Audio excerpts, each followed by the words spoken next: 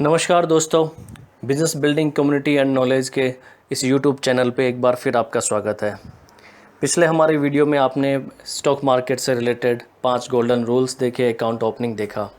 आज हम आपके लिए लेके आए हैं अकाउंट ओपनिंग के साथ में आपको अभी आगे क्या ध्यान रखना है।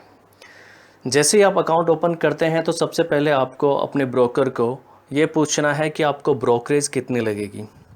ब्रोकरेज के साथ साथ आपको टैक्स कितना लगेगा, साथ ही साथ अगर उनके अकाउंट ओपनिंग अगर कोई फ़ीस हो तो वो आपको जानना ज़रूरी है। साथ ही डीमैट अकाउंट में एनुअल मेंटेनेंस चार्जेस लगते हैं तो आपको एएमसी जानना भी ज़रूरी है।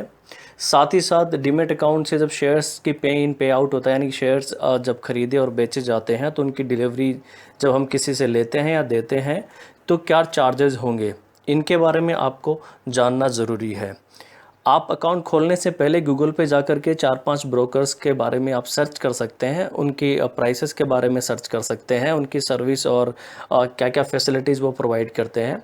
उनके कंपैरिजन के बाद में ही आप अपना अकाउंट किसी भी ब्रोकर या बैंक ब्रोकर के यहाँ पे ओपन करें। जैसे आप इन सब बातों का ध्यान रख कर के अकाउंट खुलाते हैं तो आपको ब्रोकर आपको एक लॉगिन आईडी और पासवर्ड प्रोवाइड करेगा। ये लॉगिन आईडी और पासवर्ड आप अपने किसी भी मोबाइल से या लैपटॉप से या डेस्कटॉप से लॉगिन करके आप सीधा मार्केट पे जा सकते हैं। मार्केट का यहाँ पे मतलब है एनएससी और बीएससी।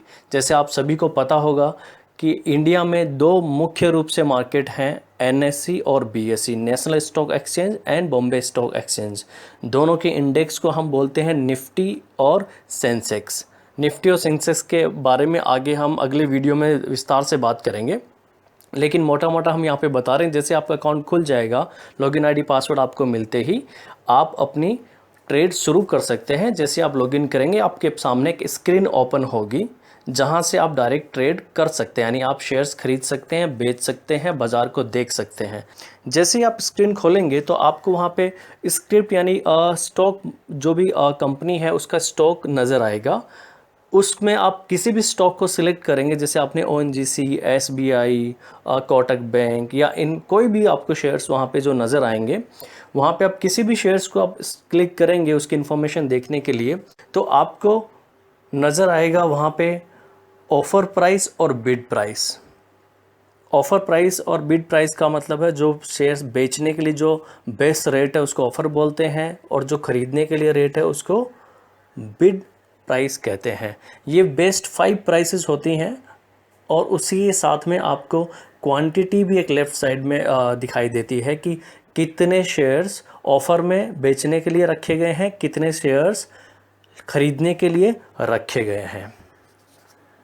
उसके बाद में आपको स्क्रीन पे नज़र आएगा एक प्रीवियस क्लोज प्राइस का मतलब होता है कि जिस भी स्टॉक पे आपने क्लिक किया है उस स्टॉक की कल यानी यस्टरडे या लास्ट प्रीवियस जो उसकी बंद थी, यानी जो दिन था उसमें उस स्टॉक की पर्टिकुलर प्राइस ये बंद हुई थी। उसके बाद में आपको एक ओपन प्राइस नज़र आएगी। ओपन प्राइस का मतलब है आज जब मार्केट शुरू हुआ, आज जब बाज़ार खुला तो यह स्टॉक कौन सी रेट पे खुला, इसको ओपन प्राइस कहते हैं। ओपन और आपकी प्रीवियस क्लोज प्राइस पूरे दिन में बदलती नहीं है, ये फिक्स ही रहती हैं।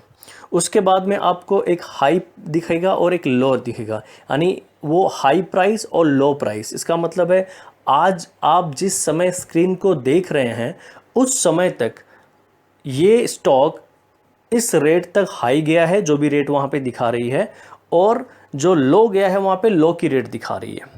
तो उससे आपको अंदाज़ा आ जाएगा करंट मार्केट में जो करंट प्राइस जो चल रही है उससे कहाँ तक ये आज के दिन में जब आप स्क्रीन देख रहे हैं उस समय तक ऊपर गया है और कहाँ तक ये नीचे गया है। ये आपको एक सहूलियत या आपको एक ओवरव्यू देता है कि आपको कहाँ पे ख़रीदना है, कहाँ पे बेचना है। उसके बाद में आपको एक कॉलम नज़र आएगा एवरेज प्राइस। एवरेज प्राइस का मतलब होता है कि आप जिस समय स्क्रीन देख रहे हैं उस समय पर उस स्टॉक में जो रेट दिखा रहा है एवरेज प्राइस है उसी रेट के ऊपर मोस्ट ऑफ ट्रेड हुई है, यानी कि वो उसका एक एवरेज प्राइस है। एग्जांपल ले लीजिए, अगर आपको करंट रेट 100 रुपये दिखा रही है और एवरेज प्राइस आपको 99.50 रुपीज़ दिखा रही है, इसका मतलब है कि मोस्ट ऑफ ट्रेड 99.50 रुपीज़ की एवरेज रेट पे ये हुआ है। उसके साथ में आपको एक कॉलम दिखाया जाएगा वॉल्यूम। वॉल्यूम का मतलब है अब तक आप जो स्क्रीन देख रहे हैं उस समय तक इस स्टॉक में इतने सारे शेयर्स का खरीद और बेच हो चुका है। ये इसका दिन का उस समय तक का वॉल्यूम दिखाता है। वॉल्यूम से मतलब है कि जो शेयर्स में वॉल्यूम ज़्यादा होते हैं इसका मतलब होता है वो लिक्विडिटी उसमें ज़्यादा है, लोग उसमें बहुत ज़्यादा बाय और सेल कर रहे हैं। जितना ज़्यादा लिक्विड शेयर होता है उतना ही वो ट्रेड के लिए अच्छा माना जाता है। उसके साथ में आपको दिखाएगा 52 week high and low. 52 week and high low का मतलब होता है एक वर्ष में ये स्टॉक, जिस स्टॉक को आप देख रहे हैं स्क्रीन पे, ये स्टॉक एक साल में इस अमाउंट तक ऊपर गया है और इस प्राइस तक नीचे गया हुआ है। इससे भी आपको एक अंदाज़ा आ सकता है कि ये शेयर्स पूरे साल में कहाँ तक आगे जा सकता है, कहाँ तक नीचे जा सकता है। उसी के साथ में आपको एक डेट आज के दिन का एक हाई सर्किट फिल्टर नज़र आएगा जहाँ पे लो और हाई फिगर्स दिखाई दी जा रही होगी। इसका मतलब है ये जो स्टॉक है ये आज के दिन में अगर इसमें कोई भी मूवमेंट अप साइड या डाउन साइड होता है तो ये कहाँ तक अप साइड जा सकता है, कहाँ तक नीचे जा सकता है। इसको हम सर्किट फिल्टर कहते हैं।